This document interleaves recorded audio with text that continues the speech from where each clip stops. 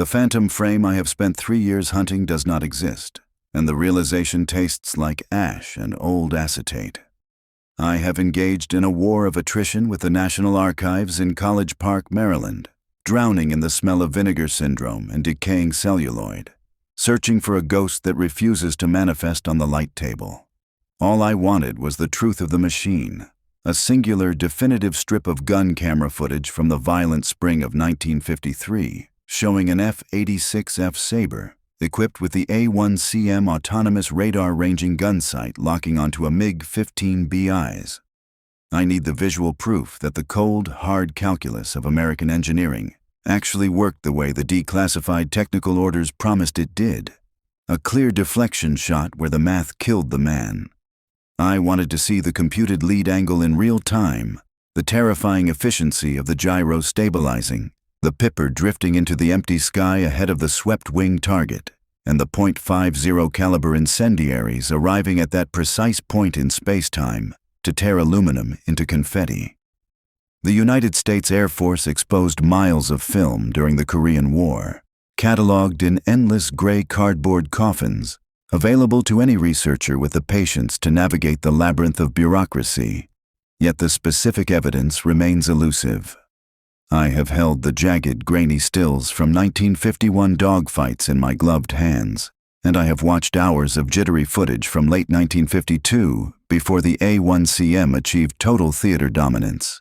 But the definitive kill film from May through July 1953, the moment the radar sight changed aerial warfare forever, is a black hole in the historical record. This absence gnaws at me, a phantom limb pain in the body of history, bothering me far more than is professional or rational. Instead of the smoking gun, I found the paper trail of a ghost story. Mission reports typed on onion skin paper, sortie logs stained with coffee and oil, maintenance records from the 4th Fighter Interceptor Wing, and enemy intercept transcripts declassified in the chaotic 1990s when the Iron Curtain fell and nobody cared enough to redact the fear anymore. I pored over intelligence assessments written by weary Air Force analysts who, without the benefit of hindsight, noticed the terrifying shift in Soviet psychology during the war's final, bloody crescendo. None of the reports explicitly stated that the enemy had stopped engaging. Military bureaucracy does not allow for such poetic defeatism. Instead, they used sanitized, sterile language like reduced contact vectors, declining intercept rates, and enemy air activity decreasing in sectors of highest F-86 saturation. But as a historian who has studied the desperate, close-quarters turning fights of the Second World War, I know what those words really mean. The records prove that something fundamental broke in the sky above the Yalu River. 5th Air Force documented 792 confirmed MiG sightings by Sabre pilots between January and April 1953, a staggering average of 198 contacts per month, a meat grinder of aerial combat. Then, the silence falls. Between May and July, that number plummeted to 341 total sightings, dropping to a mere 113 per month, a 43% decline that perfectly aligns with the widespread installation of the A1CM sights on the Sabres parked on the revetments at K-14 and K-13. No official document I held in the fluorescent purgatory of the reading room dared to write that the radar gun sight terrified the Soviets into submission, but the arithmetic screams the truth. Here is the horror of the A1CM that mattered more than the ballistics. It removed the pilot's fallibility from the killing equation. In the P-51s of the previous war, you had to guess. Now, you are moving at 600 miles per hour, the MiG is moving at 600 miles per hour on a diverging vector, and the machine does the thinking. You need to aim where the enemy will be. A cognitive leap that human brains, flooded with adrenaline and G-force, fail at miserably. But the A1CM was a mechanical sociopath that excelled at it. Lead. It is a concept that exists in the terrifying gap between perception and reality. The angular offset required to put hot metal into a target crossing your nose at 500 knots, while your body is being crushed by 4 Gs of centripetal force. I have left the humidity of Maryland for the dry, suffocating basement archives of Wright-Patterson Air Force Base in Dayton, Ohio, seeking the origin of the glitch, the bureaucratic absurdity that nearly strangled the greatest technological leap of the war in its crib. Here, amidst the smell of decaying manila folders and the ghostly resonance of long-dead typewriters, I found the paper trail of a bean counter's war. The Air Force Materiel Command, operating from a desk safely removed from the jagged peaks of the Korean Peninsula, decided in 1951 that the A1CM was an extravagance the budget could not bear. It wasn't that the $847 per unit was unaffordable for the most powerful nation on earth. It was that some procurement officer, whose name is lost to history but whose signature remains on a rejection slip, looked at the unit cost, compared it to the $720 for the standard, dumb Mk-18 gyro sight, and concluded that the $127 difference was not justified by the performance improvement. $127. The price of a decent suit in 1951 was the price of a pilot's life, the difference between a kill and a collision. While the suits in Ohio crunched numbers, the fighter squadrons in Korea were screaming into the void, sending desperate cables back to Wright-Patterson begging for the equipment that would stop them from dying. The 4th Fighter Interceptor Wing specifically requested priority delivery. Their pleas ignored until the 51st Fighter Interceptor Wing sent a lieutenant colonel back to the States in January 1953, a man whose exhaustion radiates off the pages of his trip report, which I found buried in a mislabeled logistics file. He stood in these very hallways and argued the case in person, his report including the scathing, immortal phrase, "Procurement is fighting the wrong war." They were fighting the budget war, guarding the ledger, while the air war over the Yalu needed computing gun sights to survive the winter. The compromise was typical military logic, a half measure that cost blood, a limited production run, with priority delivery to squadron commanders and flight leaders only, leaving the regular pilots, the frightened 20-year-olds who needed the help the most, to rely on the Mk-18 and Kentucky windage, guessing the lead while a MiG-15 hammered them with cannon fire. This insanity lasted until April 1953, when the dam finally broke. Someone at 5th Air Force Headquarters, perhaps reading the casualty lists or perhaps just tired of the excuses, overruled Materiel Command and ordered full squadron equipping. Every operational saber gets the A1CM, no exceptions, no more budget debates. The paperwork I'm holding doesn't explain who made that decision or why. History often hides its heroes in the margins. But on April 18th, the directive went out, and by May 2nd, the maintenance crews at Kimpo were frantically installing computing gun sights on every F-86 that wasn't already equipped. The timing is the key that unlocks the mystery of the missing film. The A1CM gave average pilots the tracking ability of experts, and that is the part that changed the tactical equation forever. A MiG-15 could outclimb an F-86, it could outturn an F-86 at high altitude, and it could dictate the terms of the engagement, but what it couldn't do was survive a deflection shot from a Sabre pilot who didn't need to be naturally gifted at three-dimensional lead calculation because his gun sight was doing the trigonometry for him. The sky above the Yalu was not empty. It was full of refusals, and I have chased this specific silence all the way to a rain-slicked safe house in the shadow of Namsan Mountain in Seoul, where the humidity clings to the windows like a second skin, and the smell of ozone from the street mixes with the musty rot of captured documents. Here, in the archives of the War Memorial, accessed through a favor called in from a friend in the Ministry of National Defense, the narrative shifts from the cold calculus of American budgets to the visceral terror of the men in the cockpits opposite them. The MiGs were still flying. The radar tapes prove it. The sortie logs confirm it. But they were choosing not to fight, a distinction that chills the blood far more than the violence of combat ever could. I am staring at photocopies of Soviet records from the 64th Fighter Aviation Corps, distinct because the paper is coarser, the typewriters heavier, and the fear more palpable, even through the veil of translation. The Russian text speaks of increased caution in engagement protocols, starting in May, But the original Cyrillic phrase, bolai strogie ogranichenia, implies something far more draconian. Stricter limitations on when combat is even permitted. A bureaucratic leash tightening around the necks of pilots who had suddenly realized they were obsolete. Their commanders were telling them to avoid situations, but the documents are maddeningly vague about which situations, leaving the terror in the subtext. The Chinese People's Liberation Army Air Force records are even worse. A black hole of information where 31 aircraft vanished between May and July 1953. Yet the loss reports use the passive voice like a shield. Aircraft were lost to enemy action. With no tactical analysis, no lessons learned section, just the hollow acknowledgement that the machines and the men simply ceased to exist.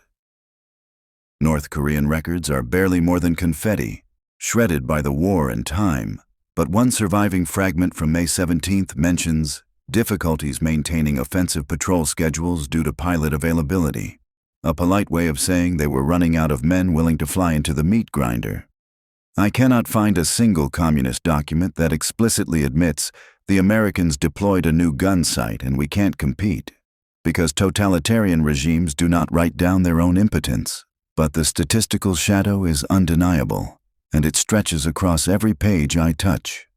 American pilots saw it too, their frustration bleeding into mission reports from late May and June, with phrases like, "no enemy contact despite radar indications," and "observed enemy aircraft maintaining distance outside engagement range," a tactical standoff that baffled the brass.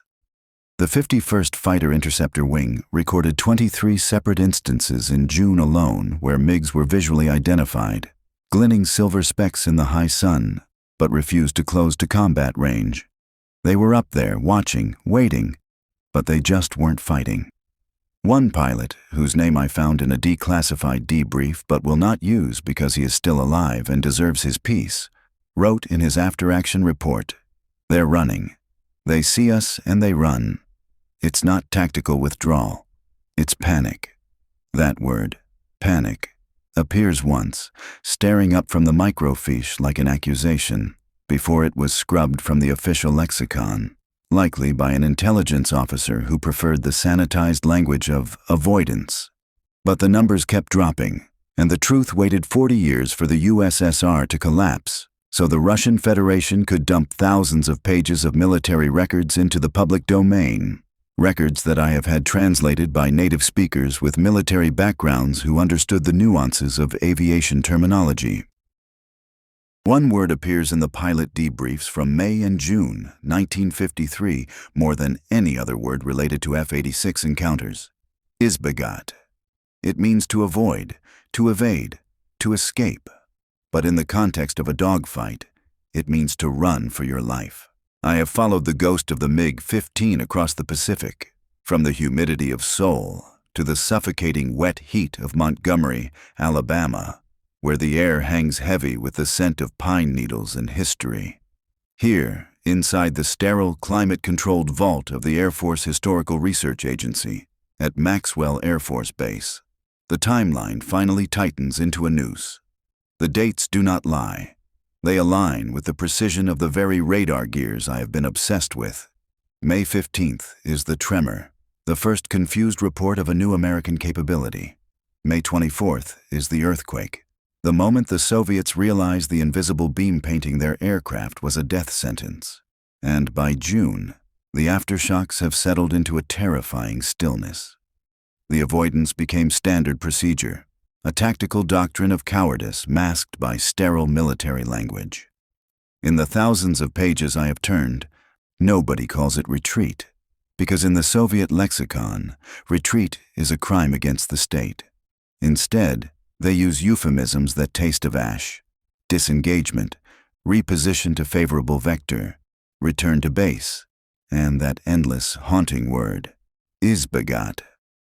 The pattern is undeniable when you lay the sortie logs of the 4th Wing next to the translated intercepts of the 64th Corps. The A-1CM mass deployment hits the tarmac in early May. The first terrified Soviet references to ranging radar appear in mid-May. The first explicit, albeit verbal orders to avoid radar-equipped sabers emerge in late May, and then the bottom falls out of the war. I spent 2 feverish weeks here, tearing through boxes, trying to find the one document that would serve as the capstone to this entire investigation. A memo from a communist commander explicitly stating, "We cannot compete with the American computing gunsight." I wanted something direct, a signed confession of technological inferiority, an order that says, "Stop fighting the F-86s because we are losing the attrition war." It does not exist in any accessible archive, and perhaps that is the ultimate proof. Maybe it is buried under classifications that outlasted the Cold War, sealed in a vault in Podolsk that I will never see. Or maybe, more likely, it was never written down at all because acknowledging that the capitalists had built a better machine would have been a career-ending, if not life-ending, admission for whoever signed it. The decision was likely whispered in briefing rooms, a verbal command that everyone understood without needing the paper trail. If you hear the tone, you run. What exists instead of the smoking gun is the deafening silence of the battlefield. I found the personal diary of Captain James Jabara, the first American jet ace, a man who lived for the kill. Holding his journal, knowing he would die in a car crash in 1966, was a strange intimacy. His handwriting from June 18, 1953, betrays a profound, shaking anger. "Saw 8 MiGs today. Chased 5 of them. Fired at 0. They run the moment we get close. What's the point?" He wasn't alone in this existential frustration. The squadrons, deprived of the dogfights they were trained for, developed a dark, cynical humor, calling the MiG-15s Yalu River pigeons, because they would flush at the first sign of a saber but wouldn't stand and fight. Pilots started taking bets on whether they would get a single trigger pull during a 4-hour patrol, turning the war into a grim lottery of boredom. The statistics I compiled from the 51st Fighter Interceptor Wing tell the tragedy of competence. In April, before the full A1CM deployment, the engagement rate was 64%. If you saw a MiG, there was a 2 in 3 chance you'd fight it. In June, the wing flew 340 sorties and recorded 89 visual contacts, yet guns were fired in only 14 engagements. That is a 16% engagement rate. The enemy was up there, glinting in the sun, watching the Americans from the safety of altitude, but they refused to cross the invisible line drawn by the radar. The political commissars of the Soviet aviation regiments were men who would shoot a pilot in the back of the head for hesitation. Yet even the brutal machinery of the NKVD could not execute a mathematical certainty, and the order to avoid combat came from a command structure that had finally done the grim calculus of attrition. Losing elite pilots to prove an ideological point was a currency the Kremlin could no longer afford to spend, especially with the armistice negotiations in Panmunjom grinding toward a conclusion and the war entering its terminal, violent phase. Why die in the last weeks of a conflict you are destined to lose on the map? The American fighter pilots, however, did not view the empty sky with such pragmatic detachment. They saw cowardice where the Soviets saw survival. They saw their sophisticated A1CM gun sights tracking nothing but blue vacuum and cumulus clouds, and they saw the climax of their war dissolving into a frustrating game of hide-and-seek. Their rage is palpable in the mission reports, but the true antagonist of this story was never in a MiG cockpit. He was sitting at a metal desk in Ohio, armed with a slide rule and a mandate for fiscal austerity. I found his name buried in a budget justification file that had not seen the light of day since the Eisenhower administration. Lieutenant Colonel Howard Bressler, a man who nearly strangled the A1CM program with a 3-page memo dated October 1951. Reading Bressler's memo in the silence of the archive is a study in the banality of bureaucratic evil. He argues against the full production of the computing site not because it failed to work, but because the math of the budget sheet did not balance. The standard MK18 site cost the taxpayer $720. The A1CM cost $847. Bressler fixated on that $127 difference. multiplying it by the proposed run of 1,200 units to arrive at a total overage of $152,400, a sum he deemed speculative performance improvement not validated by controlled testing. It is standard procurement logic, the safe, sane voice of a man who believes that wars are won by saving pennies rather than seconds in a deflection shot. He suggested a limited production of 200 units for evaluation, ignoring the screaming reality that Korea was not a test range, it was a slaughterhouse, and the 4th Fighter Interceptor Wing had already sent 5 desperate requests for the equipment between April and September 1951, all of which died on Bressler's desk pending performance validation. But history has a way of breaking the rules. Someone at 5th Air Force Headquarters, a ghost whose identity has been scrubbed from the record, finally snapped. The approval signature on the full production order from April 1953 is illegible, a jagged scrawl of black ink with no typed name beneath it, just a date stamp that resonates like a gavel strike. Whoever signed that paper overrode Materiel Command's recommendation and ordered the immediate manufacturing and delivery of the sights to all F-86 squadrons, essentially telling Ohio to go to hell. Bressler, a creature of process, wrote a furious response memo on April 24, 1953, objecting on procedural grounds and warning that unauthorized procurement decisions set a dangerous precedent for fiscal discipline. But nobody cared because the sights were already in crates, heading for the cargo bays of C-124 Globemasters bound for Kimpo. The coda to Bressler's career is a single telling detail that connects to nothing but implies everything. His personnel file shows a sudden reassignment in August 1953 to a logistics position at Elmendorf Air Force Base in Alaska. It is the ultimate exile, as far from the power centers of Wright-Patterson as one can get without leaving the continent. A frozen purgatory for a man who was right about the procedure but catastrophically wrong about the war. The tent at Panmunjom was a theater of the absurd, a canvas of green felt and cigarette smoke where the United Nations and the communist delegation stared at each other across a line that was less about geography and more about the intractable stubbornness of ideology. For 6 agonizing months, the talks had been paralyzed by the issue of voluntary repatriation, a diplomatic deadlock where neither side would blink, and the war ground on in the mud and the cold while men died for hills that had no names, only elevation numbers. Then, in the spring of 1953, the tectonic plates of the negotiation shifted with a violence that startled the world. The Chinese and North Koreans, previously immovable as granite on the prisoner exchange terms, suddenly became flexible, their rhetoric softening like wax under heat.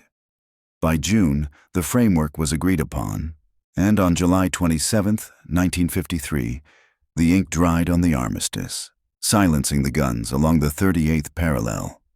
Historians, in their comfortable tenure, love to argue about the catalyst for this sudden peace.